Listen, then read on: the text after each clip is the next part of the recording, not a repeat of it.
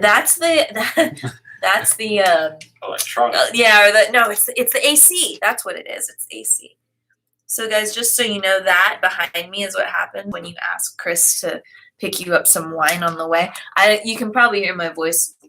I'm a little under the weather. I got a sore throat on Sunday and I was a little bit freaked out by it, and I went and got Rona tested and I'm fine. Don't gots the Rona, but just have a little bit of a Speaking of fine, funky. She is fine, just like this wine we're going to have today in replacement of tequila, because got to be easy on her throat. Yeah, the tequila doesn't do well with me and sicknesses and things. You know what? I have no idea what I bought at the store, but this is pretty great. Yeah, it's not bad. It's really good. I don't know what you bought at the store either. I just know that if there's a lot, he bought a lot of it. And I was like, whoa, all right then. We're going to have a good time. Speaking of having a good time, should I get the question bowl? Yes, please. If you haven't noticed, we're running a little bit behind today. We both have. Why won't it let me go live? Why won't it let me go live on Instagram? I'm going to die. I'm not going to die, but this is quite annoying. You know what? It's because you have so much sauce. Instagram can't take it. Is it? That has to be what it is. That's what it is. Instagram's like, girl. That's what Instagram's saying to me right now. It's like, girl. Oh, cool. Oh, watch. Look, you can look at me on the thing and then. What? All right, we're going over here. It's not the most flattering angle, but at least you can see both of us at the same time. And at this point in this day, that's all we're really looking for. You can also see the Kleenex box. and that. So, funny story. I just got certified as an official small business with the state of California, so that I can now basically get government work, right? Through the state. Right. And I did it through the LAX Chamber of Commerce, which I also just joined. Them. They are amazing people. This is not working for me. I think I'm going to put it up here. Sorry, guys and gals. Bit of finagling. So while you finagle your camera. Ooh, look. Oh, but see, now they still can't kind of almost sort of see you. And there's a tripod leg on my face on this one. I am an icon and a legend. They will see me eventually. He is a sex symbol. All right. This man right here. Know him. But yeah, so did you know that if you're going to be a minority-owned business, if you're going to be like certified as a minority-owned business, you have to get both of your parents' birth certificates and passports and upload copies of them to the website. What? Because they want to make sure that your people are minorities. They want to make sure that you're a minority. They don't want any like red tape, like miscommunication so I can't here. Just like identify. No. They want to make sure that my father is Asian. Like that was.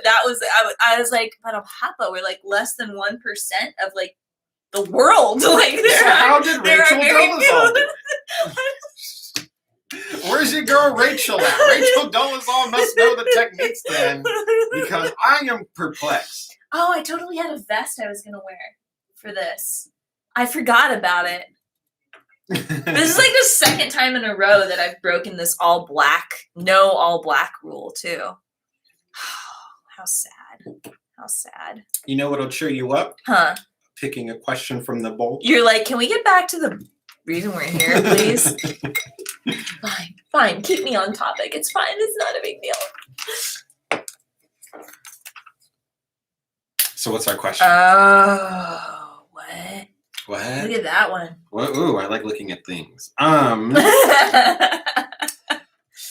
do I get the most out of my content manager? Ooh. Yeah. Ooh. Yeah. I will let you start this one. Hi, guys. So one thing that comes to mind is appropriate feedback. Right. Very important. Like not just the content of the feedback, but the way in which you give it. So, good example.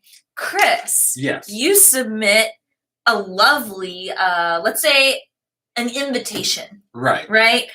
We're doing this social media initiative, and we have all of the graphics, we have all the visuals, but then we decide that we also want to have like an invitation to the online event. And you go ahead and you send this invitation to me. Let's pretend like I'm the client, right? Yeah. And like 2 days later, I send back a thing that says, oh, I don't like this. I was expecting something that was more artistic, more designed. Yeah. Period. Email signature. Send. What do you do with that? And is that helpful? Or is it not helpful? Yeah. It's just one of those things where you ask somebody what you do or don't like, and you need pointers. You know what I mean? Like, you need point of references. I need to know, like, did you not like the text? Like, did you not like the colors? Did you not like the style? Did you want it retro? Did you want it modern? How did you want it? How was it in your mind? Because another thing too, with your specific example, that one's also like a very good example, because it's, I imagine, me, I go full out with the technologies. I make the links, I make the QR codes, I make the bit.lys, I make the, Instagram posts and have everything cross-synced. You know what I mean? So for someone to say, I don't like the art of this, I'm like, okay, well, this is going to be like an entire thing we're wrapping our campaign around. So this is kind of like one of the first decisions that should have been made after I already incorporated that technological model to it. And you're also very artistic though. So like you do, right? That tends to be how we are lately as content managers, content coordinators, content creators. We have to be, hi, Sherb, how are you? You have to be pretty detail oriented and understand kind of the logistics side of everything. Yeah. Pretty technical, and you also have to be very creative. You have to be able to tap into the artistic side, right? Which you do. So giving feedback that's that generic is not helpful. Yeah. It's not helpful at all. It's not helpful at any time. What should you do instead? I would say, number one, try to think whether this person should have already known this or not. Right. And not like should, because it just comes from your brain and then you expect it to somehow make it into theirs. Like, actually, should they have known this because you gave specific instructions? And then I think there's a couple different ways that you can go from there. Like, could you say, okay, well, it's probably not helpful. Is it appropriate? Maybe. Is it helpful to be like, well, you should have known this. I gave this to you a week ago. Not really, because ultimately you're trying to get the best work out of them possible, right? So something along the lines of, I think I already sent you that email. Here you go. I'm going to forward it and resend you that information. Is like, cool. And then we're like, oh, shoot, I missed that. I'm sorry, right? But to just kind of be out and out like, hi, guys. To just be out and out like, oh, no. I don't like this, and then give very general feedback. It's not right or wrong. It just doesn't work. And it's not a good way to talk to your content managers. It's not going to get you what you want. Right. And another thing too, is I feel like situations like that arise when clients do not have a brand guide or a style guide. Hi, Arturo. Hi. And, that's what kind of like one of my first things about it too. You know what I mean? Yeah. Because if we had a style and a brand guide, if we do the art, that's our fault for not sticking to that, because that's something that should be had from jump. You know what I mean? We should have had a meeting and we should have said, here are the color codes. Here are our logos. Here's our style. Here's the way we write our text. Here's the way we do these things. And I'm glad you brought that up, because to that point, when you deviate from that style guide, when your company decides to do something that is outside of that style guide, there needs to be a reason, because if you do that, see, we do our research, we go back and we look at past examples of things that have been done for you or that you've put out there.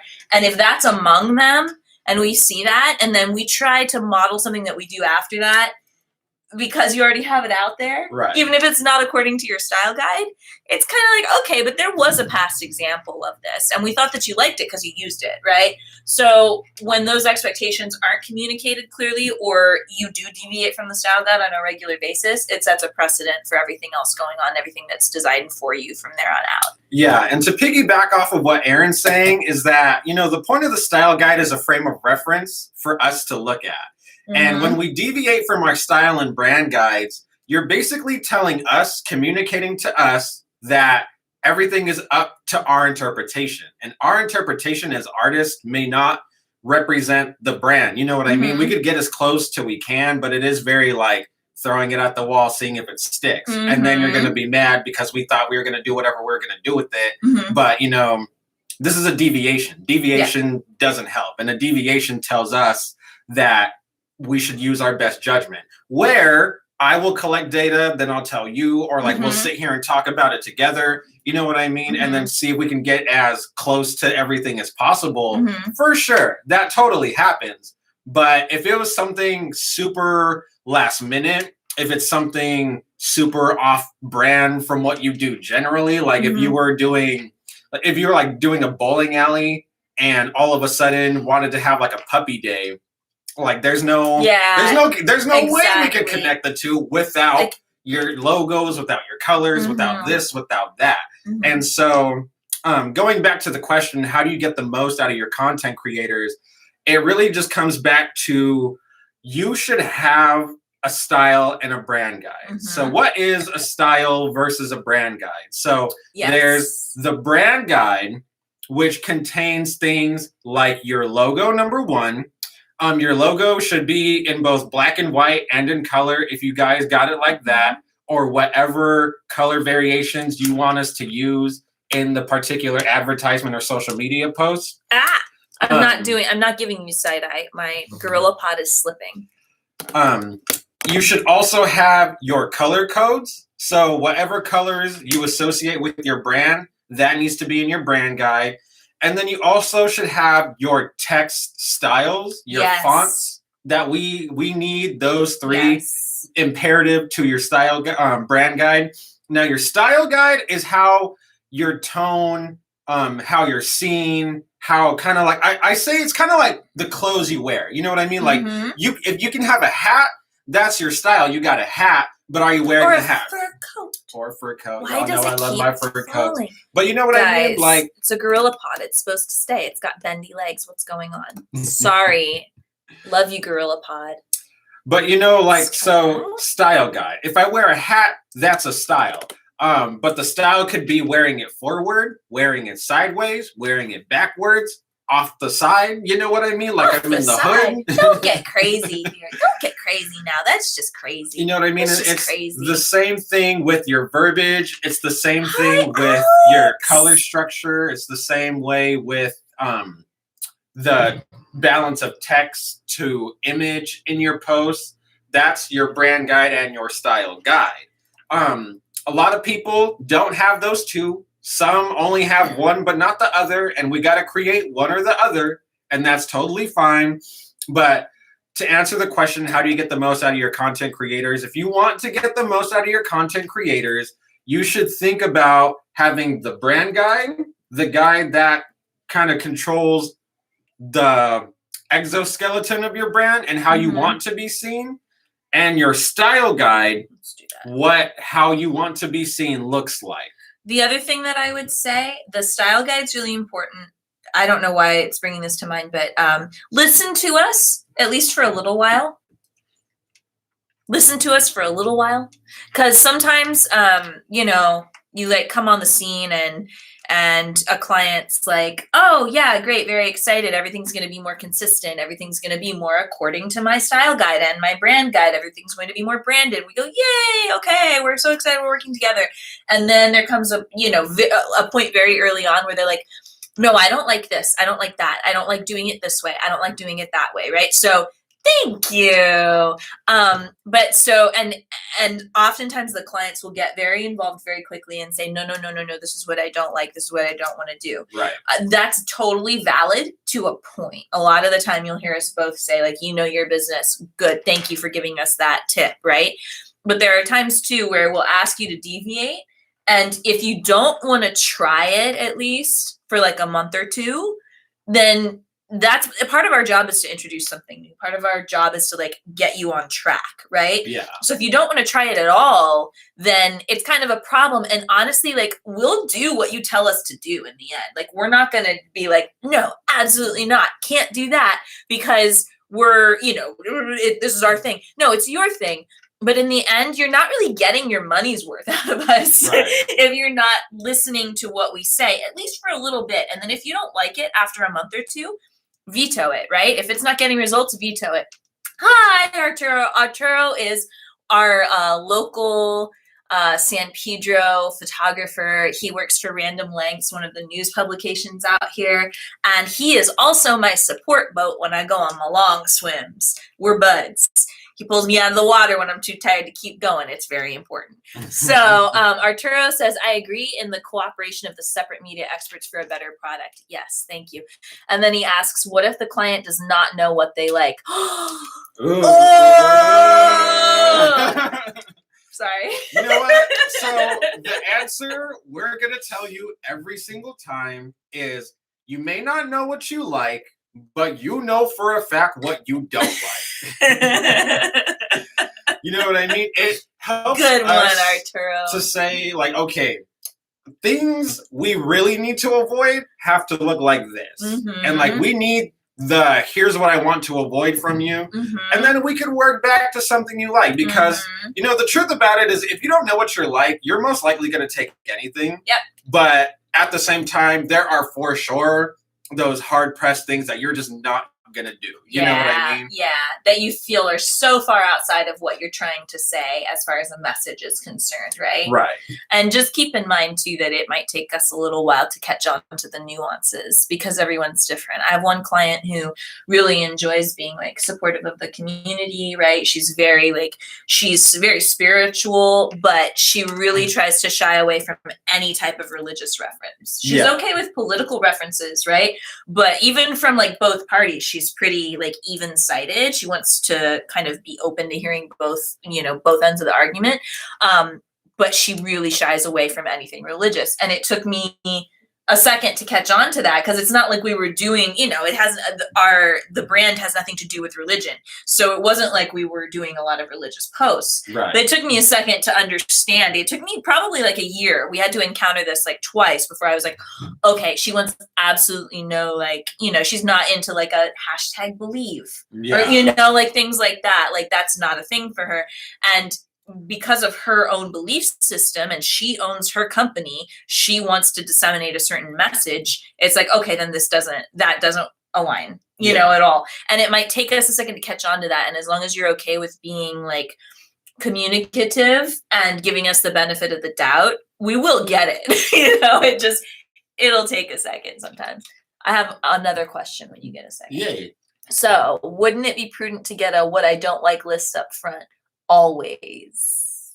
I think it's good. That's usually one of the, I don't know about you, it's usually one of the topics that I try to bring up in an initial, in an initial meeting. Even in a planning meeting, like month to month, there's just like, okay, is there anything that like we don't want to touch with a 10-foot pole? Because there are always things. Yeah. And you know what? Another important aspect of it too, like from my side being the data person, going back to the whole what you like, what you don't like thing, there's also like a third piece of the spectrum, which is what you like versus what your audience likes. You know what I mean? So important to talk about. So like, I'll give you an example. There was a paintball place, but because their building was pink, they like to do their entire like style and things like that is pink. However, paintball statistically is higher with men, and like looking at their social media, they had a low percentage of the male concentration in their audience. And they were like, I don't know how that could be. We're shooting people every day. Guys like to shoot each other every day. You know, I'm trying to be the paintball George Zimmerman in this piece. You know what I mean? That's so terrible.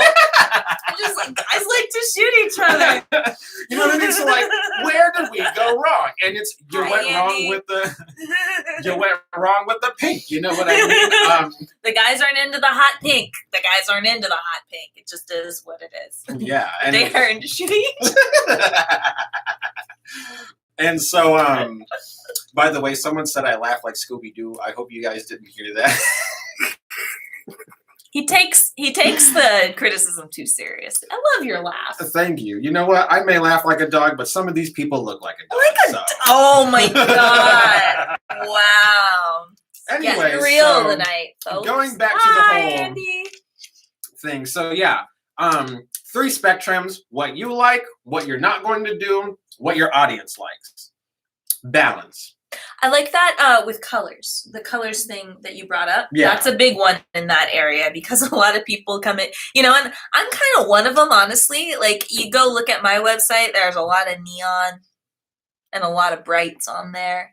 But I kind of, you know, because we're creative, there's a little bit more leeway there. But depending on what your market is, you know, you can come in and be like, I'm really into bright purple, and we're just like, well, sorry, but the people who you want to pay you to do things are not into bright purple, so you got to choose something that they like, and it works that way with our clients. That's why you're so valuable in what I do in the filmmaking process for clientele, for brands, for social media, because we can see exactly who's watching, why, and when.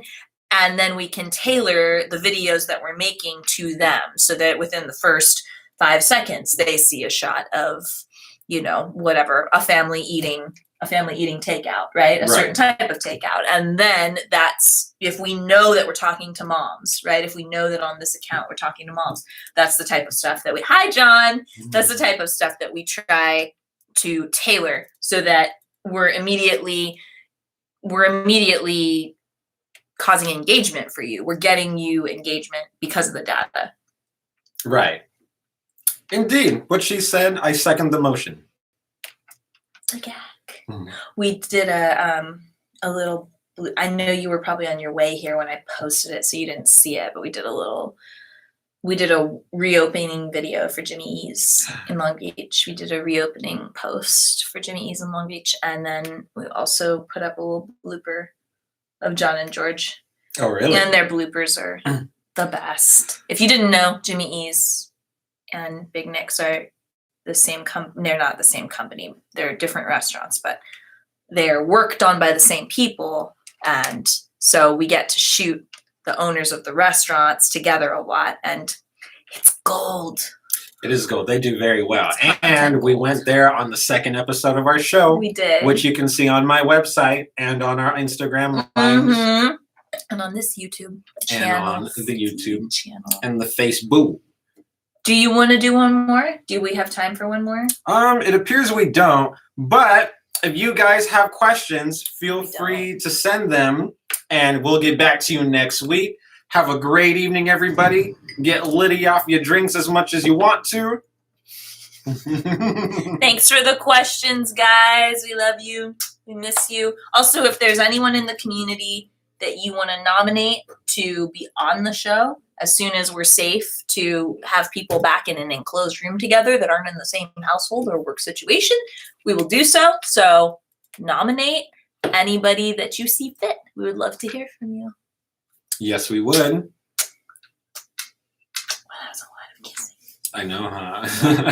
COVID safe kisses, though. Bye, everybody. Night, guys.